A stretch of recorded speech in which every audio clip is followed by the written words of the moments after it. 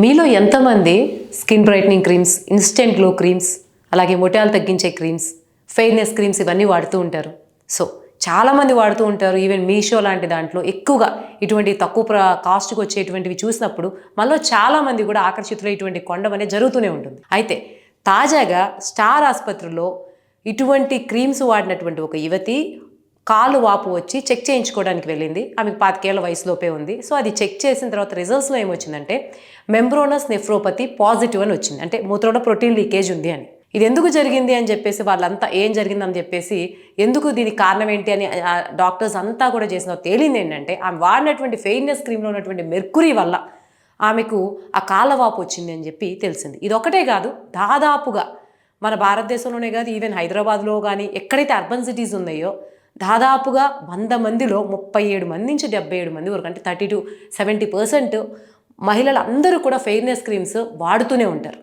ఏవైతే ఈ fairness creams ఉంటాయో, ఏవైతే ఇవి నల్లగా ఉన్నదాన్ని తెల్లగా చేస్తే నమ్ముతూ ఉంటారో, అవి మన చర్మంలో ఉండేటువంటి మెలనిన్ ప్రొడక్షన్ని క్రమంగా తగ్గించేసి వైట్ అయ్యేలా చేస్తూ ఉంటాయి. ఈ క్రమంలో మెర్క్యూరీ అనేది ఏదైతే బ్రాండ్ లేనటువంటి ప్రొడక్ట్స్ ఉంటాయో తక్కువ కాస్ట్కి వస్తాయని చెప్తూ ఉంటారు. అలాగే అధికారికంగా ఒక వెబ్సైట్ ఉండి మెడికల్ ఏవైతే గైడ్లైన్స్ ఉంటాయో ఫాలో అవ్వని ప్రొడక్ట్స్ ఉంటాయో అటువంటి కొనడం వల్ల వాటిలో మెర్క్యూరీ ఎక్కువ ఉండడం వల్ల అది క్రమేపీ చర్మం నుంచి మన బాడీ పార్ట్స్కి, ఇంటర్నల్ బాడీ ఆర్గాన్స్ అన్నింటినీ కూడా ఎఫెక్ట్ చేసేటువంటి ప్రమాదం ఉంది. సో ఇప్పుడు రీసెంట్గా స్టార్ ఆసుపత్రిలోని ఇది జరిగింది.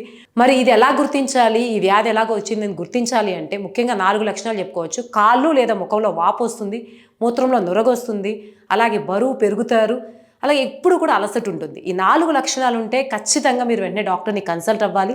అయితే ఇది వచ్చిన తర్వాత డాక్టర్స్ ఏం చేశారంటే చాలామంది ఇటువంటి కేసెస్ వచ్చినప్పుడు వాళ్ళ చేత వాళ్ళు వాడుతున్నటువంటి ఫెయిర్నెస్ క్రీమ్సో, ఇన్స్టెంట్ గ్లో క్రీమ్సో, బ్రైట్నెస్ క్రీమ్సో వీటినన్నింటినీ మానిపించేసిన తర్వాత క్రమేపీ ఆ మెర్క్యూరీ ఏదైతే బాడీలోకి వెళ్తుందో ఆ ప్రొడక్షన్ ఆగిపోవడం వల్ల కొంత మందులతో వాటితో రికవర్ అయితే అయ్యారు. సో ఈవెన్ డాక్టర్స్ కూడా చెప్తుంది ఏంటి అంటే మీరు ఏదన్నా సరే క్రీమ్స్ వాడేటప్పుడు ముఖ్యంగా మిగిలిన క్రీమ్స్, మాయిశ్చరైజర్స్ వీటి మీద అయితే కంప్లైంట్స్ లేవు, కానీ మాయిశ్చరైజర్స్, క్లెన్సర్స్, టోనర్స్ వీటి మీద అయితే ఎటువంటి కంప్లైంట్స్ లేవు. కానీ మార్కెట్లో ఉన్నటువంటి ఫెయిర్నెస్ క్రీమ్స్ ఏవైతే మీ కలర్ని వైట్గా మారుస్తామని ప్రామిస్ చేస్తాయో అటువంటి క్రీమ్స్ విషయంలో మాత్రం మీరు జాగ్రత్తగా ఉండాలి. ఇది కేవలం మన హైదరాబాద్కి పరిమితమైందని కాదు, ఇది స్టార్ ఆసుపత్రిలో వెలుగు చూసినటువంటి ఘటన. ఒక 25 ఏళ్ల యువతికి జరిగింది. ఇది ఇక్కడ జరుగుతుందే కాదు, ప్రపంచవ్యాప్తంగా కూడా ఇటువంటి కేసులు వెలికి చూస్తున్నాయి. ఏవైతే తక్కువ కాస్ట్తో వస్తాయో వాటిలో మెర్క్యూరీ మెటల్స్ అనేవి, మెర్క్యూరీ లాంటి మెటల్స్ ఉంటాయని, అవి క్రమేపీ బాడీ మీద డ్యామేజ్ చేస్తాయని, కేవలం కిడ్నీ సమస్యే కాదు, లివర్ సమస్య, ఫస్ట్ కళ్ళు, నెక్స్ట్ మొహము, తర్వాత మొత్తం చర్మము, ఇవి అన్ని సిస్టమ్స్ని కూడా అది డ్యామేజ్ చేసేటువంటి అవకాశం ఉంటుంది. సో మీరు ఎప్పుడైనా సరే బ్యూటీ ప్రొడక్ట్స్ వాడేటప్పుడు, ముఖ్యంగా ఫెయిర్నెస్ క్రీమ్స్ వాడేటప్పుడు మీరు ఒక జాగ్రత్త అయితే తప్పకుండా తీసుకోవాలి.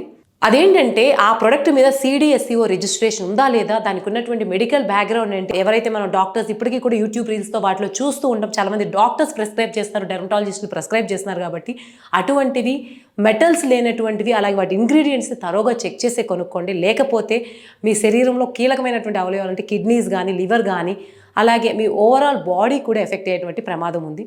సో బ్రైట్నెస్ క్రీమ్స్ వాడే విషయంలో అందరూ జాగ్రత్త పడండి.